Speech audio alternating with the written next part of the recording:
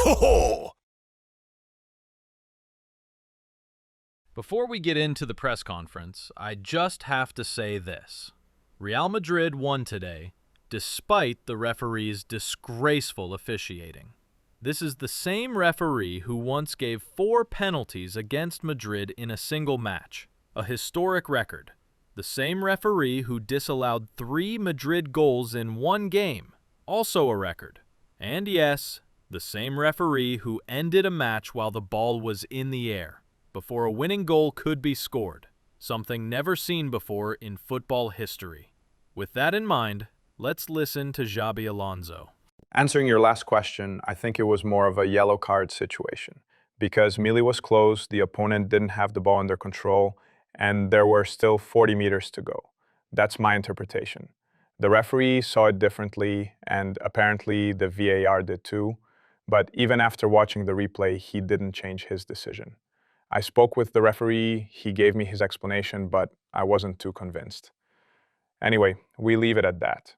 From then on, obviously the whole context of the game changed completely, right? We had to play practically 60 minutes with 10 men. Up until then, we had chances to score another goal. The second goal was very important to give us that cushion for the second half, where we knew we would have to hold on to the result. Maybe we lacked 1 or 2 more counterattacks, but overall the team sacrificed itself, was very generous with the effort, and, well, winning here at Anoeta is always very, very difficult. Today, even more so. The stats from the first 4 match days don't lie. These are the 4 rounds with the fewest direct VAR interventions. I don't know if you talked about this with the referees, but even when the mistakes are so obvious, they don't go to VAR most of the time. Do you like that there are fewer VAR interventions? When there are clear errors, I like VAR to intervene. When there aren't, then I understand it shouldn't, right? I don't want to turn this press conference into a monotone about referees and the red card. I think I've already said my piece and we'll move on. I know you don't want to talk too much about it, but it could have been a very different game, right? Well, of course it had a big impact on the game. Obviously playing so many minutes a man down and trying to hold the result, even scoring another goal. In the second half we had to sit a bit deeper without going forward as much, but that was normal. Real Sociedad were pushing, spreading the pitch wide, crossing a lot. Then the penalty, there, no doubt about it. That also conditioned things a lot, but you also have to know how to play with 10 men, right? That's going to happen during the season, and today we managed. There was a stretch in the second half where we were a bit disorganized, sitting too deep, but I think we adjusted well. The subs came on strong, and it's a very positive sign, the team spirit we're playing with. I wanted to ask about Huijsen. It's his second sending-off since joining Madrid. Is there any correction or advice to avoid being so impulsive in those moments? It's true it was far from goal, but it was a bit similar, with differences to the one at the Club World Cup. He was relieved. Of course, he was upset, but relieved by the team's win. And yes, those are avoidable actions, right? Because there was still a lot of ground left.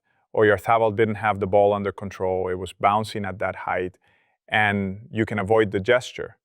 The foul itself, no doubt about it. But the gesture, that part can definitely be improved. You spoke about the pride in this victory. Today, some players who hadn't played much or at all got minutes. Asensio, Fran Garcia, Alaba. What can you tell us about them, especially Fran Garcia's performance? They all contributed, right? And they're all ready. Like David, who played only 5 minutes but came in very well. Also Fran and Raul, we're going to need everyone.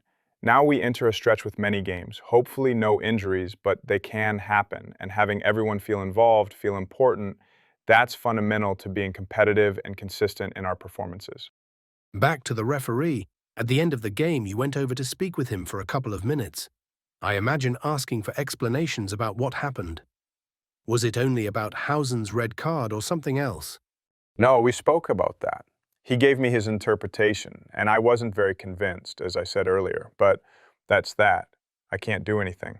Last week, too, I spoke after Arda's case, respectfully, but trying to see if the explanations convinced me.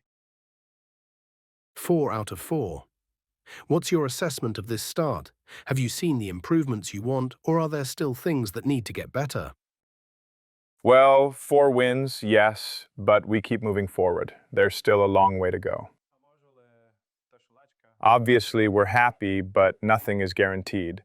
There's still room to improve. We need to keep building things that will give us steady performances throughout the season. The results, of course, help, but today's evaluation has to be within the context of playing so long with one man down. We had good spells, others where we suffered more, but we managed to correct them, and the players showed generosity with their sacrifice. Yesterday, you said all the players had returned well from the international break and injuries. So I imagine Rudiger's injury is a big blow emotionally and football-wise, and now with Hausen's red card even more. Will you look to the academy? There's been talk about Johan, Aguado and others. I look at the academy a lot because it's so close, because I talk often with Alvaro, because the youngsters train with us. But we also have options in the first team to cover that position. Raul, David, Aurel, he can play there too. Even Alvaro could do it. So yes, if needed, we'll always keep an eye on the youth team. It's a shame though, because yesterday, I don't know why I said it so early, and then Rudiger got injured in training. Next time I'll avoid saying it. First, how did you see Real Sociedad in that second half, where they improved as well? Of course, against 10 men, but how do you see them this season?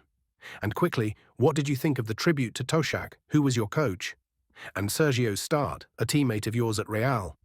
Well, on the first part, I've seen all of Real Sociedad's games, and as I've said, they probably should have more points than they do in the table. I'm sure of it. The team is very good, the players are high level.